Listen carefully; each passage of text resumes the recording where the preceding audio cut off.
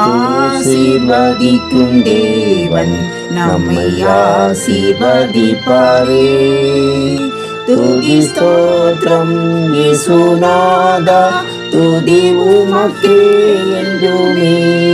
இன்று ஒரு வசனம்.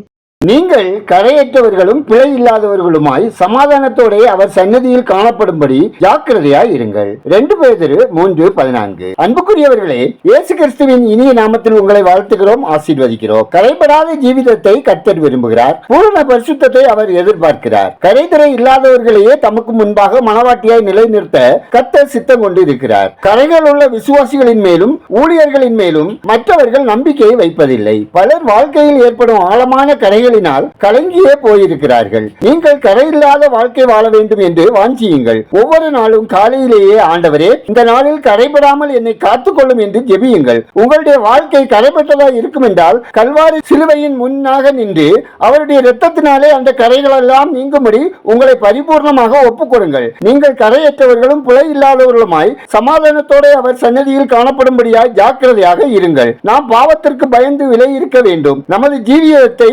கரைபடாததாக காத்துக்கொள்ள வேண்டும். எதிர்பாராத கரைகள் வந்துவிட்டால் கல்வாரி சிலுவையில் அண்டையில் ஓடிப்போய் இயேசு கிறிஸ்துவின் இரத்தத்தால் சுத்திகரித்துக் கொள்ள வேண்டியது அவசியம். நாம் ஜெபிப்போம். துதிகளின் மத்தியில் வாசம் செய்யும் பரலோக தந்தையே, ஆசீர்வாதமான இந்த நாளுக்காய், இந்த நாளின் வசனத்துக்காய் நன்றி சொல்லுகிறோம். ஆண்டவரே, பாவமும் தீமையும் இச்சைகளும் நிறைந்த உலக வாழ்வில் நாங்கள் எங்களை கரையற்றவர்களாக காத்துக்கொள்ள தேவரீர் எங்களுக்கு இரக்கம் செய்யுங்க.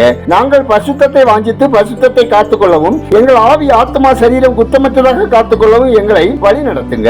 எங்களை அருவருக்காமல் எங்களோட கூட இருக்கிற உடன்படிக்கையை அபத்தமாகாதபடி எங்களை நினைத்தருளும். கர்த்தாவே, உலகில் உள்ள அனைத்து மக்களும் உம்மை தொழுது கொள்ளவும் உம்மை அறியும் அறிவில் வளரவும் பாவ மன்னிப்பு நிச்சயத்தோடு பரிசுத்தமாக வாழவும் உம்மால் வருகிற சகல நன்மைகளையும் பெற்று தேவ அன்பை வெளிப்படுத்தி வாழ சாட்சி பகிர இரக்கம் செய்ய ஜெபிக்கிறோம். ஒவ்வொருவரின் வேலை, தொழில், வியாபாரம், விவசாயம் ஆசீர்வதிக்கப்படவும், குடும்பங்களில் தேவ சமாதானம் நிலைத்திருக்கவும், பிரிவினை நாவிகள் துரத்தப்படவும், பிரிந்தவர்கள் இணைந்து வாழவும் ஜெபிக்கிறோம். ஆண்டவரே, தேசம் ஆசீர்வதிக்கப்படவும், மக்கள் கர்த்தரை அறியும் அறிவில் வளரவும், ரட்சிக்கப்படவும், அமைதலான வாழ்க்கை வாழவும், ஆட்சி பொறுப்பில் இருப்பவருக்கு உங்க ஆலோசனை பாதுகாப்பு வேண்டுமாய் ஜெபிக்கிறோம். இந்த நாளில் பிறந்த நாளை காணும், திருமண நாளை காணும் ஒவ்வொருவரையும் ஆசீர்வதிங்க. வேறு காலத்தை எதிர்நோக்கி காத்திருக்கும் பெண்களுக்கு சுகப்பிரசவம் தாங்க.